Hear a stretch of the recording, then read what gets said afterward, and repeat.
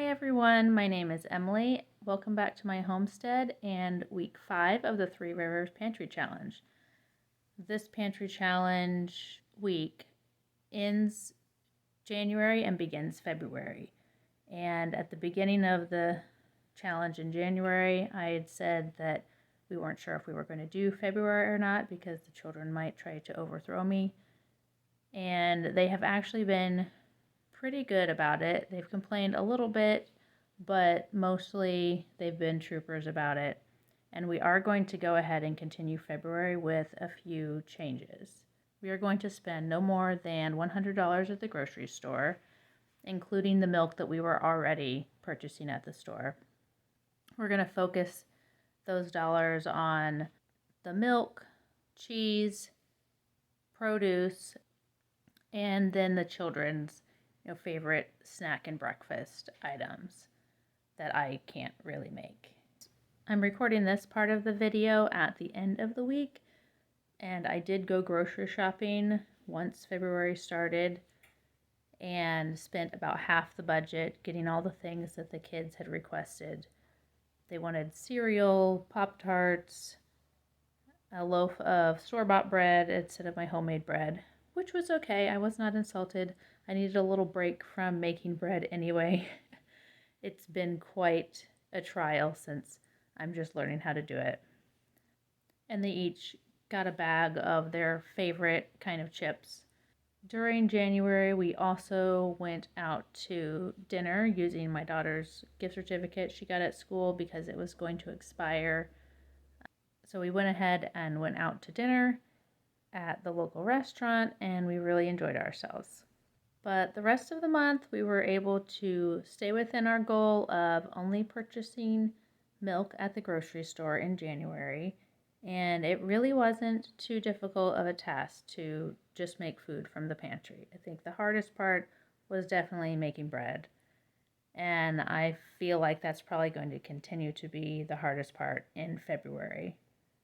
I did actually make a pretty nice set of loaves of bread today, so I am getting a little bit better at it. I've started using a thermometer to temp my bread to make sure that it's done all the way through. And that seems to be helping. So let's get into the meals this week. We started out this week making a very large batch of mashed potatoes to go with our dinner this night.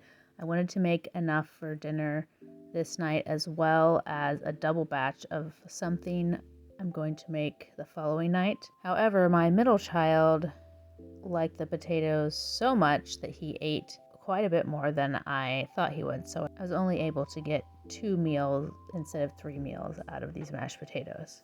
I do want to use the potatoes up fairly quickly because they are starting to grow some eyes, and there was one potato in the bag that had gone bad, so we're going to try to get through those potatoes in the next couple of weeks just to get them used up while they are still good.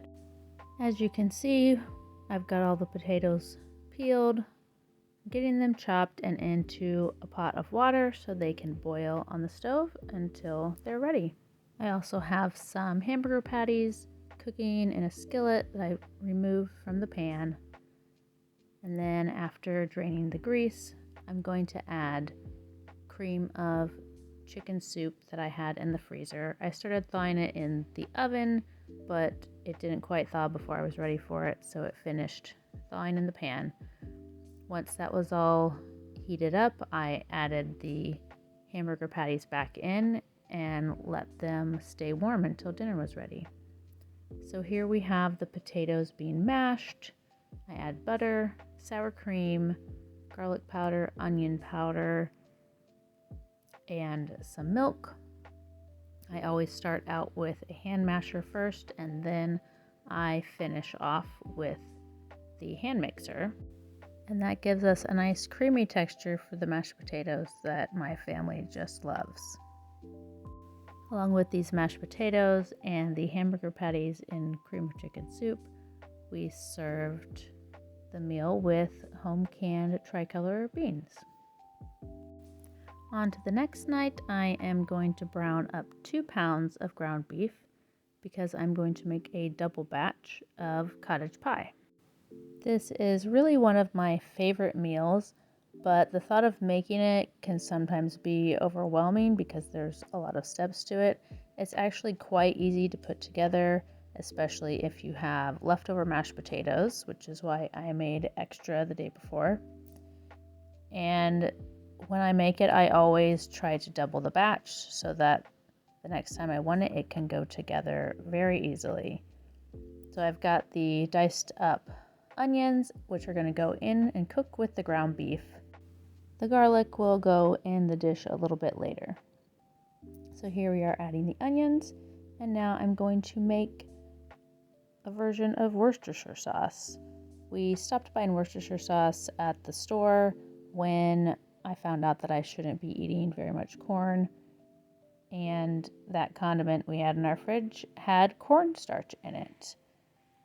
We haven't yet found a substitute that does not contain corn, so I just looked up a recipe online one day and kind of threw something together, and it tasted just fine to me. I usually do half vinegar, half molasses as the base, but it's been a while since I made it, so I kind of forgot the measurements and had to keep playing with it until I got it right. So we will drain the grease from the ground beef and onion mixture. We'll add in the garlic, a bag of peas and carrots, the Worcestershire sauce, salt and pepper, and get that all mixed together. Then we'll add about 2 tablespoons of flour, mix that really well, and let that cook down for about a minute. Next, we will add half this mixture into a casserole dish. I'll save the other half and put it in a freezer container once it's cooled off for a future casserole. Now we will add the leftover mashed potatoes from yesterday's dinner to the top of this. We'll just smush it down and spread it out into a fairly even layer. And then this will bake in the oven at 350 degrees for about half an hour. After that comes out, I will add some shredded cheddar cheese to the top, and then that will go back in the oven to melt, and I'll turn the broiler on and let it brown a little bit. And there's the finished cottage pie ready to eat up. The next night, we started out with some frozen patty pan squash that I had in the freezer from last year's garden. In this bowl here, I am mixing together some garlic powder, onion powder, salt, and pepper with flour, and getting that all mixed up. And in the second bowl, I'm going to whisk up an egg, and then we're going to start dredging the squash pieces in the egg first and then putting them into the flour. And I was not sure how these were going to turn out. This was the first time I had frozen squash, and so I wasn't sure what the texture would be once they were cooked. But I think because I breaded them and fried them up while they were still mostly frozen, that helped with the texture quite a bit, and they tasted almost like they had just come out of the garden. We had an abundance last year of patty pan and yellow crookneck squash, and I was able to slice them up, freeze them flat on a baking sheet until they were completely frozen, and then transfer them to freezer bags.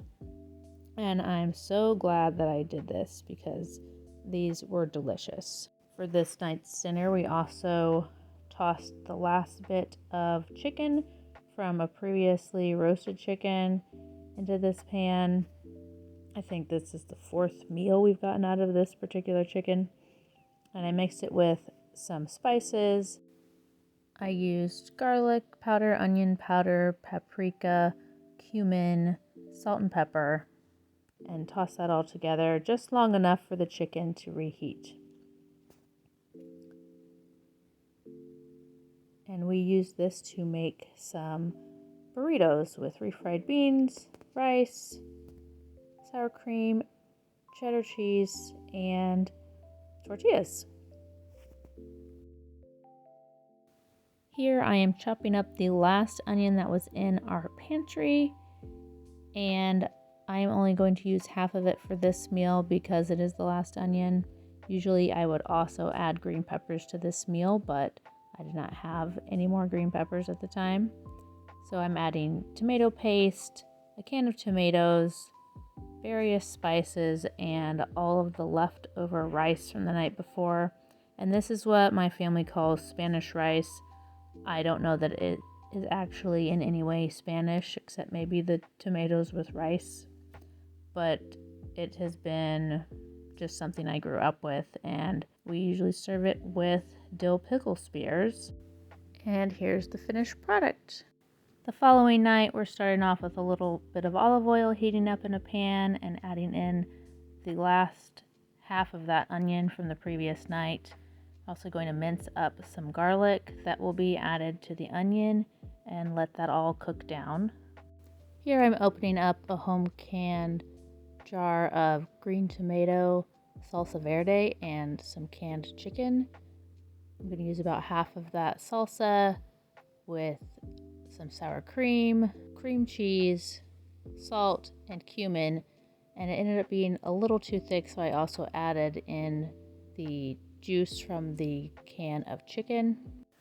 I'm making a variation on an enchilada suiza sauce. I'm probably not pronouncing that right, but here's the finished sauce, and we're going to add a little bit of that to the bottom of a casserole dish, and then get out a tortilla. We're going to add some of the chicken, some leftover refried beans from a previous night this week, a little bit of shredded cheddar cheese. We actually ended up using the rest of that bag during this recipe, and the onions and garlic that were cooked down. And we roll it up and stick it seam side down in a casserole dish and repeat.